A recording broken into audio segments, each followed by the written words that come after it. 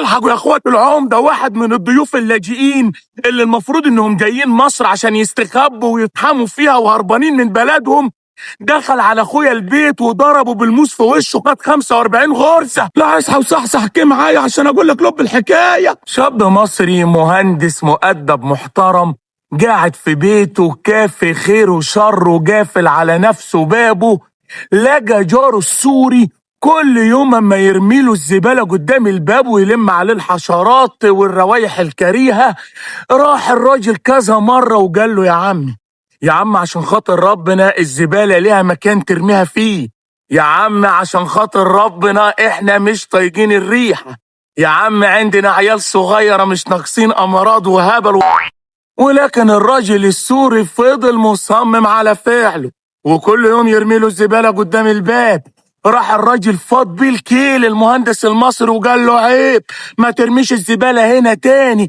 الموضوع اتطور لمشادة كلامية، هوبا اتطور لتطاول بالايد، هوبا راح الراجل السوري عامل لي فيها ابراهيم الابيض وراح مطلع موس وضارب الواد المصري في وشه، خد 45 غرزه يعني مستديمه. لكن على طول في لمح البصر في ثواني كالعاده وزاره الداخليه اتحركت وقبضت على الواد السوري. لكن انا بقى عايز اعرف، يعني انت سايب بلدك وهربان منها وجاي تقل ادبك عندنا هنا في بلدنا؟ لا وكمان لما الراجل جه يكلمك بالادب وبالذوق وعايز يقول لك انضف شويه تروح مطلع موس من بوجدك وضربه في وشه عامل له مستديم. طب طلع الموس ده في بلدك واضرب اللي داخلين خارجين، اضرب اللي ما يتسموا اللي رايحين طالعين وخدوا الارض والعرض. لكن ما تبقاش ضيف تجيل وكمان جاي تقل ادبك علينا هنا في بلدنا وفي بيوتنا. المفروض انك ضيف يعني حتى لما تعمله في بلدك وفي بيتك ما تعملوش هنا وتبقى حسيس. يعني انت لو متعود يا بيه تقعد في بيتكم في بلدكم بالبوكسر الكوتونيل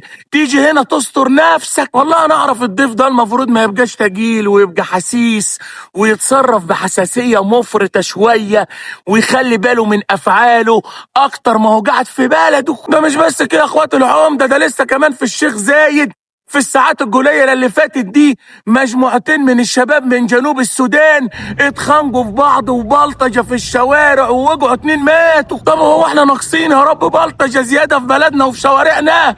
واحد يقول لي يا عمده طب ما المصريين اما يتخانقوا ببعض وكل يوم بتحصل حوادث شبه دي. اقول لك يا باشا يبقى احنا اللي فينا مكفينا، احنا مش كفايه ان احنا نشيل مصايبنا وبلاوينا؟ يا بيه المصريين اما يتخانقوا ببعض واما يضربوا بعض وبيبلطجوا على بعض واحنا يا جدعان جرفانين وكفرانين من ده، كمان يجوا لنا ناس من بره المفروض انهم ضيوف ويعملوا كده تاني برضه في بلدنا؟ اللي جاي من بره ده لا يحترم البلد وقوانينها ويلم نفسه لا يتكل على الله. زي واحد في الكومنتات اما يقول لي ما انت يا عمده في امريكا ولابس جلابيه ومش محترم عادات وتقاليد المجتمع اللي انت فيه. لا يا حبيبي خد هنا، انا لابس جلابيه يا بيه لكن مش اما ضايق حد. ده يا جدعان الزي بتاع بلدي وانا حر افتخر بيه والبسه في اي مكان مش اما اذي حد. انا لابس جلابيه لكن وانا ماشي في الشارع وبشوف ولاد البلد هنا واد مع بنت بيعمل فعل خادش للحياه ما بوقفوش واقول له بتعمل كده، هو حر دي ثقافتهم وبلدهم ماشيه بالشكل ده. انا لابس جلابيه لكن مش بوقف الناس وانا ماسك مطوه وبقول له تلبس الجلابيه دي لغزك. فبعد اذنك احنا اما نكرر تاني وتالت، اللي جاي يضيف في البلد دي لا يحترم نفسه ويبقى قاعد كمان بطريقه شرعيه وقانونيه لا يتكل على الله، لمهم وروحوهم شيروا لهم وابعتوا لهم.